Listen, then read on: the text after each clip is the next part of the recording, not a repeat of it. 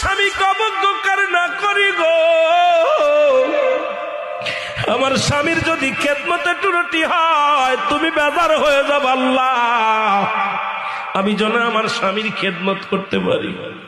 চোখের পানি ছেড়িয়া ছাড়িয়া কাঁদতে লাগলো রে।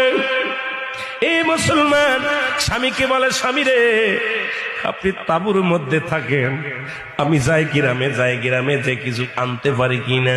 স্বামীকে ওই তাঁবুর মধ্যে রেখে কুড়ে ঘরের মধ্যে রেখে গ্রামে যায় কাজ করতে। সারাদিন ভরে বিবি রহিমা মানুষের বাড়ি থালা বাটি মাঝে, সারাদিন ভরে মানুষের বাড়ি পানি উঠায়, সারাদিন ভরে মানুষের বাড়ি কাজ করে, বিনিময় কিছু জব পায়। এই